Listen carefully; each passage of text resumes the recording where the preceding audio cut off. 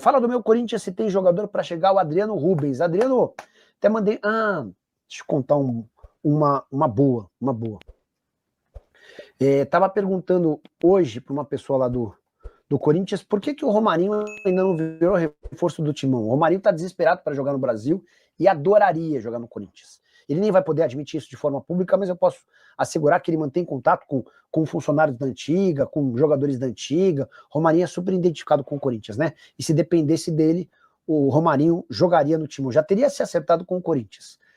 A verdade é que esse movimento não aconteceu e nem deve acontecer, porque o Fabinho Soldado está muito pouco propenso a trazer jogadores de volta ao Timão, jogadores que já passaram por lá.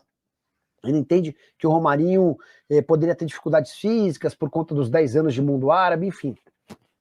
Não dá para dizer que há um entusiasmo do diretor executivo de futebol alvinegro, tá? Antes, deixa eu só dar uma palhinha sobre o episódio Memphis Depay, a grande bomba da quarta-feira. Pela manhã fomos surpreendidos com a notícia de que o Memphis Depay optou por entrar na justiça com uma notificação extrajudicial contra o Timão.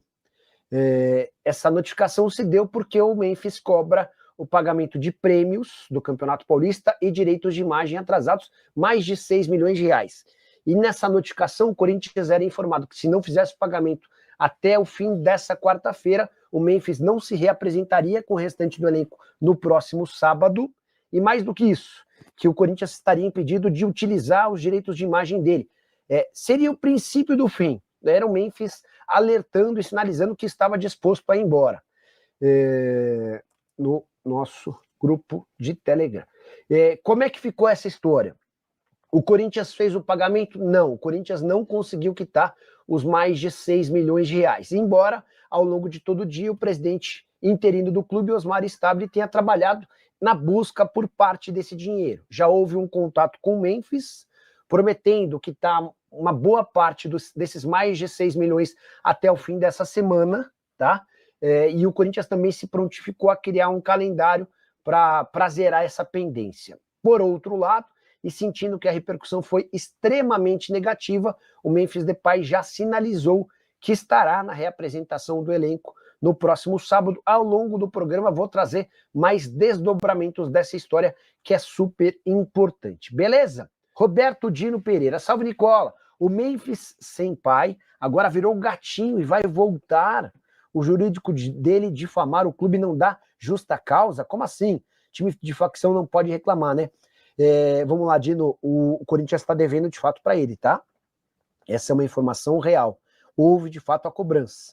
O Corinthians não conseguiu fazer o pagamento, mas prometeu quitar boa parte desses mais de 6 milhões até o fim dessa semana. O que o Memphis recuou, porque deve ter percebido que o filme dele ficou bem queimado com torcedores do Corinthians.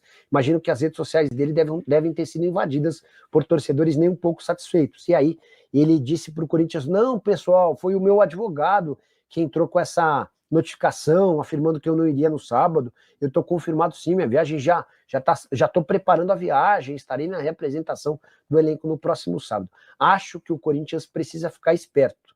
Esse jogador não me parece ser muito confiável não, tá? Hora de falar sobre o Corinthians, tem zagueiro de volta à pauta alvinegra.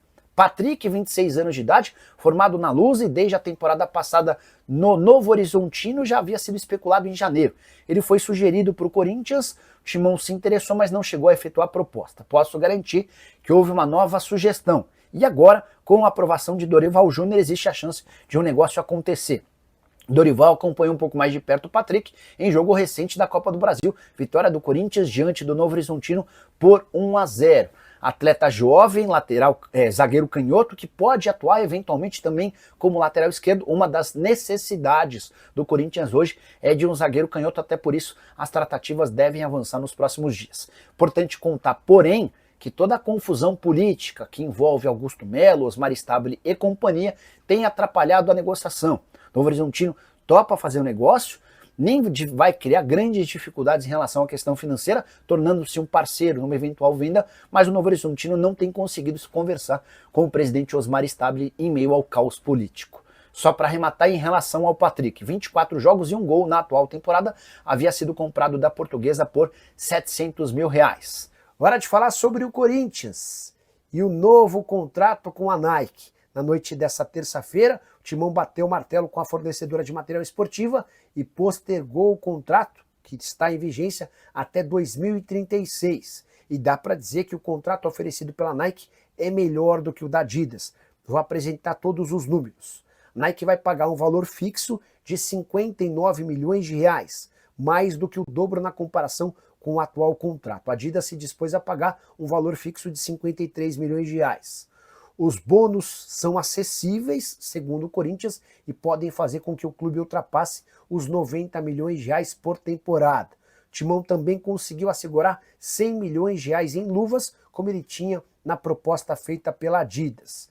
Caso o Corinthians ultrapasse 750 mil peças vendidas por ano, ele ainda vai ter um acréscimo de R$ 25 por peça vendida. No contrato com a Adidas, para alcançar essa marca de R$ 25 por peça, havia a necessidade de 1 milhão de vendas de peças. Para completar, uma preocupação grande que a diretoria do Corinthians tinha em relação à Nike era com falta de material. Se houver a constatação de falta de material por até 50 dias, o clube vai poder rescindir unilateralmente o contrato com a empresa. Só para completar, importante destacar ainda que Osmar Stabile, o atual presidente do clube, contratou uma empresa de análise de riscos para entender quais seriam as possibilidades de punição ao Corinthians caso se acertasse com a Adidas e a Nike levasse o caso para a justiça. E a avaliação dessa empresa é de que o Timão corria o risco de pagar uma indenização de até 150 milhões de reais para a fornecedora de material esportivo americana. Diante de tudo isso, optou-se por ficar com a Nike, o contrato já foi renovado e o Corinthians continuará com a marca americana. E você, o que pensa sobre todos os números que eu contei? Além das informações, use o espaço para comentário para registrar a sua opinião. Bora falar agora sobre Corinthians, São Paulo e Água Santa na mira da polícia em investigações ligadas ao crime organizado. Nessa segunda-feira, foi concluído o relatório final das investigações sobre o caso VaideBet, que apurava irregularidades no Corinthians, aquele esquema de pagamento, de intermediação. A polícia conseguiu constatar que dinheiro que saiu do Corinthians foi parar numa empresa ligada à lavagem de dinheiro do PCC, primeiro comando da capital, a facção criminosa mais temida nesse momento no país. Pois bem, o relatório da polícia traz uma série de apurações indicando que Augusto Melo e o Corinthians têm ligações com o crime organizado. São vários os movimentos que envolvem contratações de atletas da base. A polícia chega a descrever as pessoas ligadas ao PCC com participação em negociações, entre elas o Tripa e também o Cristiano Linot. O Tripa é apontado como operador financeiro da FAC e o verdadeiro controlador da UJ Futebol, que é a empresa que acabou por receber o dinheiro que inicialmente saiu do Corinthians. Segundo a polícia, a UJ Futebol e a Lyon Soccer Sports eram as empresas usadas para movimentar recursos de origem ilícita e coagir empresários a ceder atletas e percentuais comerciais. A polícia conseguiu constatar pelo menos uma ligação da UJ com um atleta da base do Corinthians no movimento suspeito. Importante dizer também que esse primeiro relatório e investigação vai causar a abertura de outros 10 inquéritos policiais com investigações em diversas frentes. Importante contar, antes de falar sobre São Paulo e Água Santa, só para completar sobre o Corinthians, o relatório policial que já ficou pronto aponta que o Augusto Melo, o presidente afastado do Timão, tem negócios com a UJ desde quando ainda era dirigente do União Barbarense. E pessoas ligadas ao Augusto também fizeram uma série de negócios com essa empresa. A polícia ainda apontou Augusto como alguém que contratou pessoas supostamente criminosas, citando especificamente o Marcelo Ninja Salles, que era chefe de gabinete da presidência, e o Capetinha, que era diretor de tecnologia. O relatório também conta que o Augusto Melo se beneficiou de doações do Buzeira durante a sua campanha, até por isso a gente constatou a presença do Buzeira em alguns movimentos ligados ao Corinthians. E que o presidente, agora o presidente afastado do Corinthians, o Augusto Melo, chegou a ser ameaçado por um agiota, que o cobrava dinheiro, o pagamento da grana, sob risco de morte, um verdadeiro caos. Hora de falar sobre o Corinthians e mais um enorme problema surge da época de Augusto Melo. Você sabia que o Corinthians prometeu comprar um meia atacante do Água Santa, de só 17 anos de idade, por 3 milhões e meio de reais? Logo do Água Santa, clube de São Paulo, sob enorme desconfiança e na mira da polícia há bastante tempo. Essa revelação foi feita por Igor Sverbrucker. Esse cara é um empresário que surge no mundo corintiano assim que o Augusto toma posse. A gente descobre que o Igor, que é um empresário do ramo dos transportes, financiou parte da campanha do Augusto e a partir daí começou a receber uma série de contrapartidas.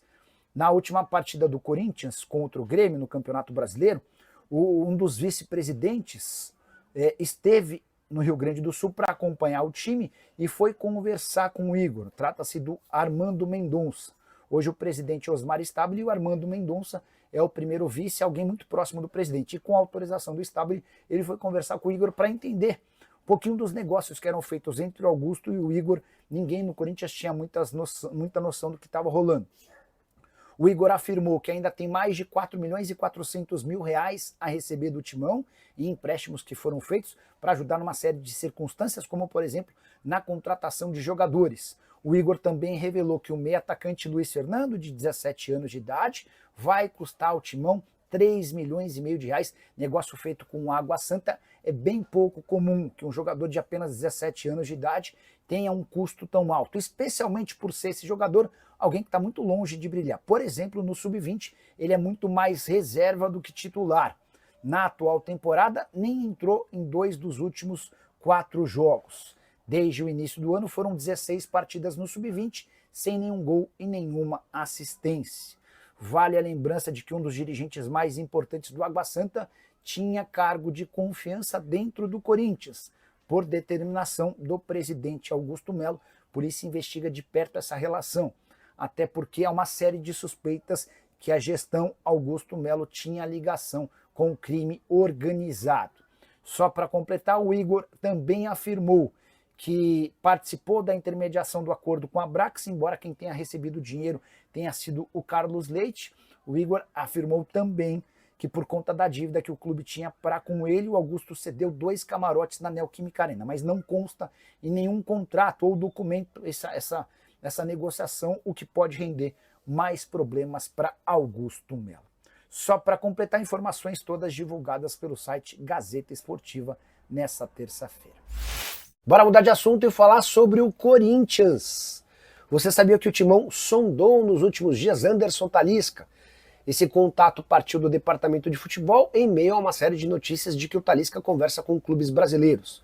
O meio-atacante brasileiro de 31 anos de idade tem contrato no Fenerbahçe somente até junho de 2026 e tem dado todos os sinais que, a partir daí, voltará ao futebol brasileiro. Isso significa que a partir de 1º de janeiro ele já pode assinar um pré-contrato.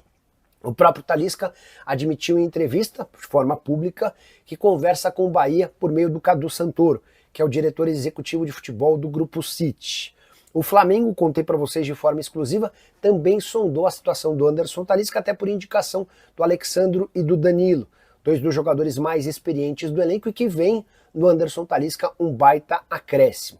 O Flamengo, inclusive, se levar essa história adiante, deve tentar formalizar uma proposta para compra nesse momento. Não sei se o Fenerbahçe toparia fazer acordo.